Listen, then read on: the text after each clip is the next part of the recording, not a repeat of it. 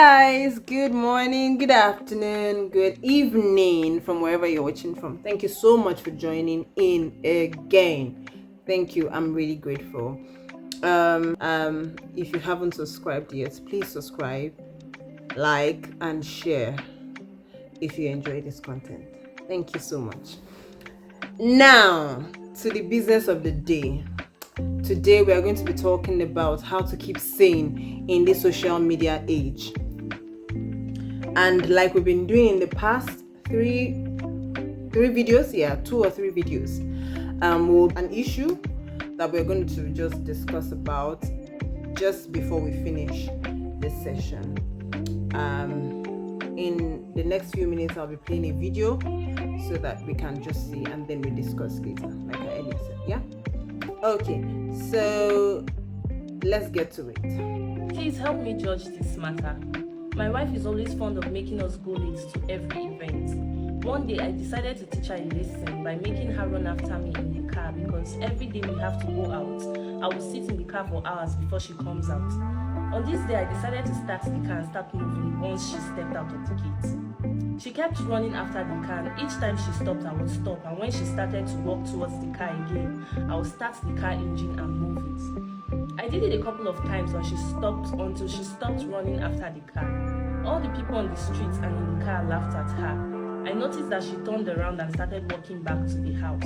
When I could no longer see her from the car mirror, I sent her a text message because I called and she refused to take her call. I told her to take public transport to the destination of the event we were going to attend, so she would learn a lesson to stop being late to every event. To my surprise, she never showed up at the event. I was so offended and angry because I never enjoyed the event, as I was attending to our children's needs.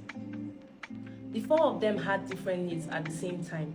One person would want to use the toilets, another person would want to pee, and someone else would want snacks. They just wanted one thing after another, which is something my wife would have handled. We got back home and I found out that my wife even went out to visit her friends in the city, and after that she came back and went to bed. She never even made dinner for us to eat, and I traveled with my family members, including my mother. We got back home and there was no food. She was fast asleep. I noticed that after that day, her attitude changed towards me. She stopped doing a lot of things for me and the children. She also seemed offended that the children made fun of her and laughed at her. She no longer boils bathing water in the morning for the rest of the family like she used to. She washes my clothes and no longer irons them. I don't understand why she does everything halfway and leaves it. What is worse is that she no longer gets into my car. It's been over a year since my wife got into my car. She attends events on time now because she doesn't do as much as she used to do before for the family. She wakes up in the morning and gets herself ready first before attending to anyone. That's if she would attend to anyone. Then she tells the children, when your father is coming, join him. Even if we are going to church or attending the same event, she goes on her own and comes back on her own. I don't know how long I can tolerate this nonsense. Why would I have a car and should be taking public transport to an event I am going to attend? Does it make any sense? I just wanted to teach her a lesson by driving off when I saw her, so she could feel what I've been feeling all the while she made me sit in the car waiting. I never knew I was going to escalate to this. I have threatened her on every level, but she doesn't seem to care. She gets dressed every morning and heads to wherever it is she's going to, either to work or to church. Before now, I used to drop her off at work, but now she gets dressed really early and leaves for work. She comes back on her own and she goes to church on her own. Please, I need advice and I need answers because I'm losing my mind with the way she keeps going. I don't think I can tolerate this anymore. Did I do anything wrong by making her run after the car? Can't I teach my wife a lesson anymore? Was I violent towards her? Why would she change dramatically for something as little as that? Is she above correction? Okay, so it's time to get tipsy. Let's get tipsy, guys. Now, tip number 1 will be set boundaries and take breaks. Now, if you're a social media addict, you spend like literally all the time in a day on TikTok, Snap, or Instagram, yeah? So you do it gradually. It's not going to be easy for you. You're going to be actually struggle, but then that's where discipline comes in, and then consistency. So you set boundaries maybe from 5 p.m. till the next morning I'm off social media. And I keep saying accountability partner. So yeah, I think in a few of my videos, 2 or 3 of my videos, I've mentioned accountability partners.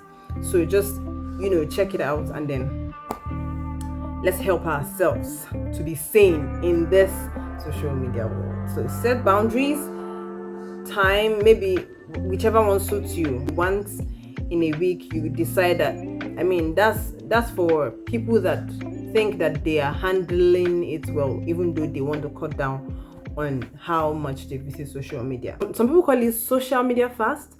Yeah, so they just stay off social media for like a week and focus on other things.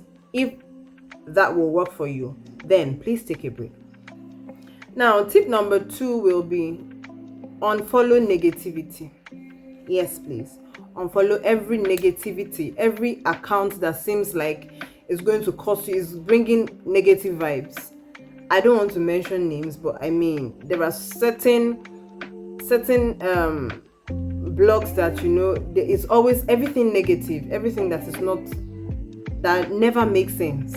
So what you have to do is unfollow. Don't be afraid to use your block button. If you feel like, okay, this account I followed is helping, giving me information or giving me what I need, but at some point it begins to bring out negative vibes,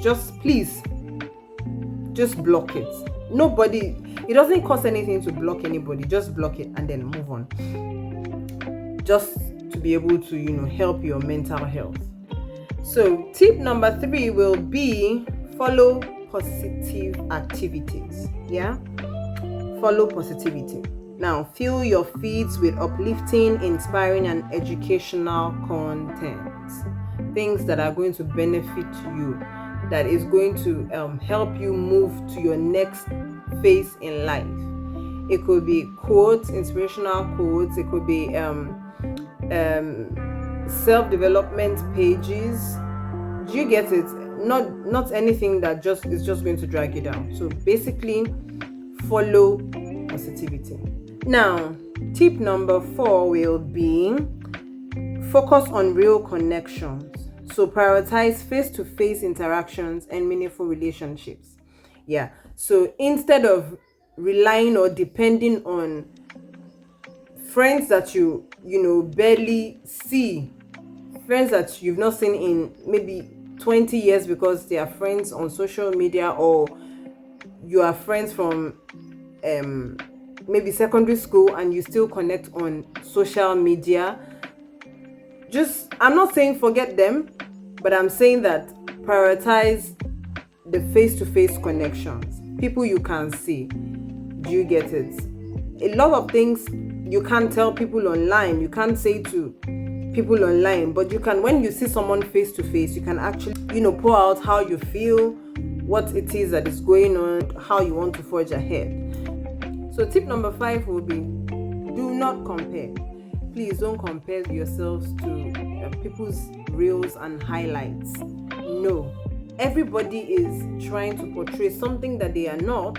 Maybe not everybody, but some people.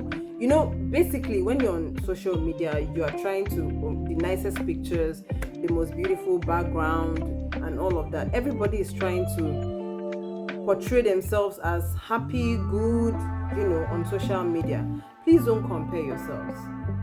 I mean, your classmate or a friend that you graduated from school together has just been showing how she's been, flying from one country to another, and you're still in maybe wherever you schooled, Nigeria, wherever, you're still at that particular place, and this person is like touring the whole world. Please do not compare. Everybody is not the same. Everybody is not on an equal level. Everybody is not on an equal level. So please do not compare. Plus, don't forget, everybody is trying to look good on social media.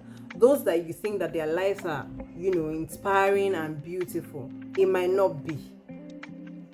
Because you're not there with them, you don't know exactly what it is they're going through. Some people are just smiling through a lot of things. Don't wish that your life is theirs and vice versa. Okay, so tip number 6 will be, before we get into tip number 6, now let's talk about the video I played earlier. So in today's video, it spoke about how the husband felt like the wife always delays them whenever they're having a function or they're going for a function. Yeah. And how she's always very late. Everybody, the children, I think about 4 children, yeah, are in the car, they're waiting for her and all of that. And then this day he decided that, okay, to teach you a lesson, I'm just going to be driving off. As soon as I see you, I'm driving off, and then I'll pause to see if you will come, and then when you're getting closer, I drive again. Now here is my opinion. Now the guy is asking actually that the woman has changed since then. She didn't come for the function. She doesn't do anything in the house again. Like, she doesn't take care of the children. She doesn't bath them, or basically she doesn't overdo. She doesn't do more than what she can, and then she just goes. She's not late for any functions this time around, although she doesn't go with her husband, but she's always there, like, Now, here is my opinion. First of all, that act was very childish and petty. I mean, it looks like a game to me. So I'm running after the car. You feel very excited about that, and you move the car. And he actually even mentioned that people were laughing at her. That's terrible. Disrespectful to your wife. Very disrespectful. Now, in the aspect of now she doesn't go late, I would wish that the husband will come to the realization that it's because he doesn't help in the home, and she has to bathe, to feed, to cook for the whole family. Hence, leaving herself, not concentrating on herself. Because of that, she runs late.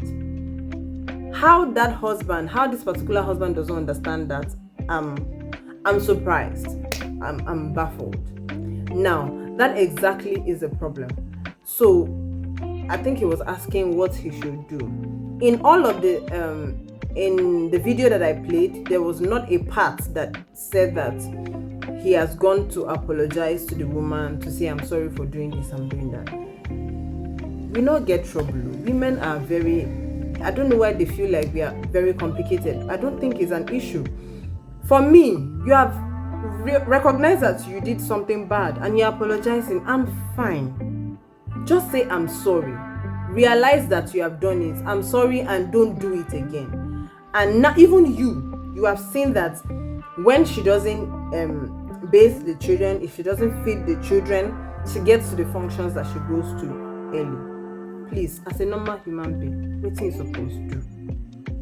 I rest my case. Now, guys, the final tip of this video is going to be authentic.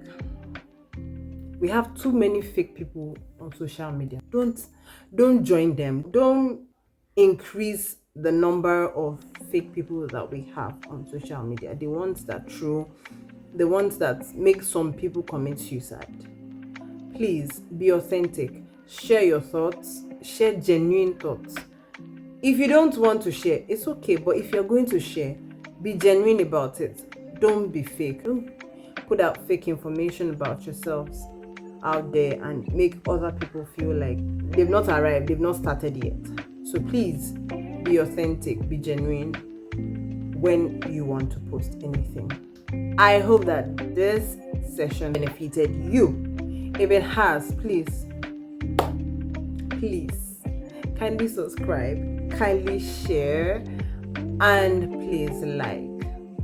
Tell a friend to tell a friend, and tell a friend, tell that friend. Thank you, guys. Thank you for watching, and see you on my next video. Bye. God bless you.